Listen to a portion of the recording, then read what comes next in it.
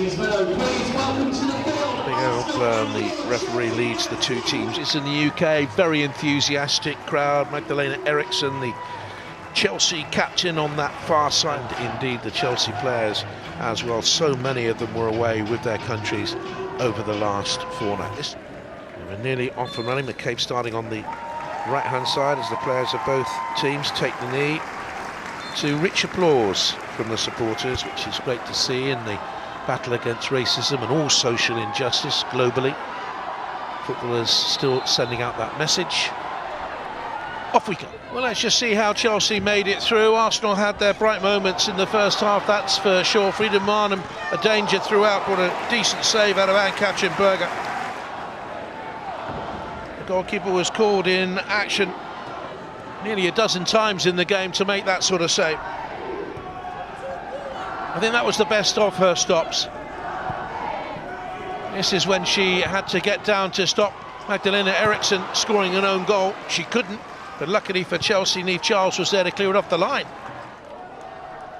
And in that first half, Arsenal was certainly the more inventive and the more dangerous side. And they should have scored after 18 minutes. Leah Williamson with a lovely ball up. Blackstenius away from Eriksson. Didn't hit the target, leaning off the ball. It's a poor finish from someone of her quality. Arsenal were on top, but it was Chelsea who took the lead after 21 minutes. Lauren James in off the right-hand touchline. Saw the opportunity to release Ingle. McCabe hadn't seen Ingle creeping to the edge of the penalty area, and that was 1-0. Well taken. James with all the work, in such fine form. The goalkeeper's vision was obscured by Leah Williamson's attempt to get the block in. Turned her back on the shot though. How can modern defenders turn their back on shots? They've got to take a hit for their side. And this was another hit that didn't quite happen for Arsenal. Blackstenius with the counter, squared to Marnham, who couldn't quite connect in the middle. Good break, poor touch there, took it far too wide. She wasn't at her best today, I didn't think. This is where Arsenal gave it away. Sloppy square ball. Sam Kerr had Kankovic to the right-hand side. Decent goalkeeping there by Zinsberger. Chelsea at the end of the first half should have been 2 to the good. At that stage, Arsenal closed the half with a fine effort forward, getting away there from Charles. Good set-up pass by Marnham. McCabe arrived, and it slithered away from the goalkeeper, who then pounced to close down on Ford, and it was cleared.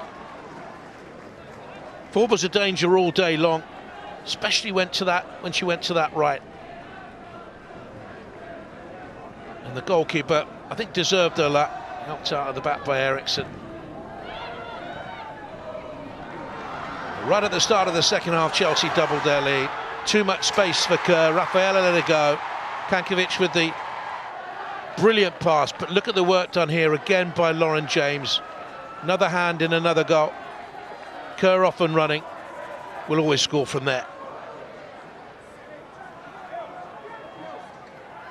And I think that the Arsenal coach will be very unhappy about that. They still had their moments. Rafaela's header was blocked, and the follow-up well wide. And Chelsea allowed them chances.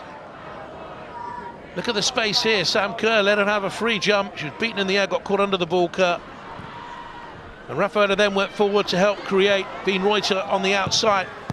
That's straight at the goalkeeper. Too many of their efforts were comfy for the goalkeeper to make a save. Look, Frida Marnham played well for Arsenal. She's having a good season. Again, fairly comfortable.